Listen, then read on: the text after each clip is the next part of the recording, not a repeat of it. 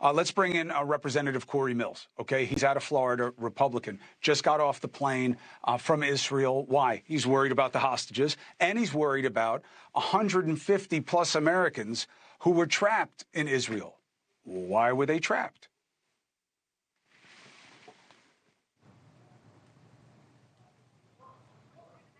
I'd like to talk to the congressman if you have him around.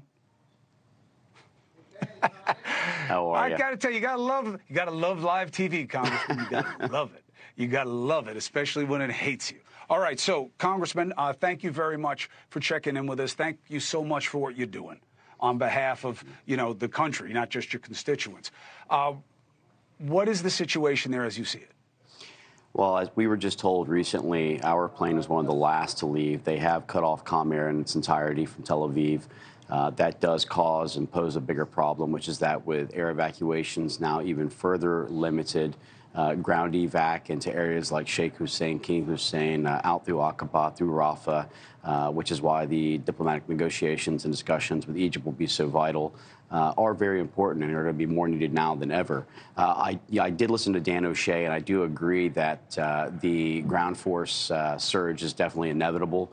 I think they're already in the very beginning phase of this. I think that also has to do with the hostage negotiations, that if those negotiations are continuing to be stalled and or delayed by those third parties, that they will utilize the threat of an all-out invasion to basically go ahead and help to expedite those process while they continue to utilize EW and other intel feeds to try and find the location so that they can go hit those on the ground while softening targets, as we're seeing right now with the barrage of artillery. Let me employ both hats for you for a second. The congressman, by the way, was in the 82nd Airborne. So you have military understanding and political understanding, okay? Now, given the lesson that we learned so harshly in America, that you can kill the terrorists, but you don't kill their ideology. That's right. And that you may get rid of Hamas, but it doesn't mean that you're going to get rid of anti-Semitic extremism there. Given that premise, do you believe that the invasion, while I'm sure it is in the heads and hearts of every Israeli, never again, is a mistake for the regional dynamic and for America's interests? Well, I don't think that it's a mistake for the regional dynamic, and I'll expand on that just a bit. Iran and Hamas, as well as for that geopolitical alignment of China, Russia, Iran, North Korea, will feel that it is a victory if the Israeli basically does not go in and eliminate the terrorist organization. You will see an increase in attack, and as we know from our own administration, weakness invites aggression.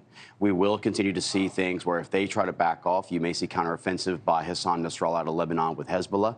You may start seeing additional attacks to the Golan Heights areas in the north, as well as for the Iraq and Syrian, Iranian-backed and proxy militias that's run by guys like Hadi al-Amri, Qais Khazali, and the former Quds Force commanders' trainees. And so I think that at this stage, we have to go through in supporting Israel's right to defense and their elimination of the terrorist organization. But also, to talk to your point, you're exactly right. You can't kill an ideology through kinetics. It can't be a bomb-to-bomb, gun-to-gun, bullet-to-bullet solution.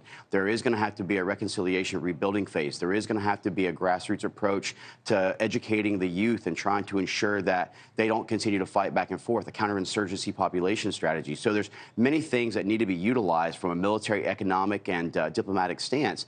But I think that we also have to start calling our adversaries for what they are, adversaries. We have to start allowing Biden to come in and actually either say, yes, Iran is responsible for these proxy-backed militias, or they're not. Hey, thank you for watching. Please go to newsnationnow.com, newsnationnow.com, and you can find News Nation on your television provider. And don't forget to click the red subscribe button down below. Then you will get more of News Nation's fact-driven coverage.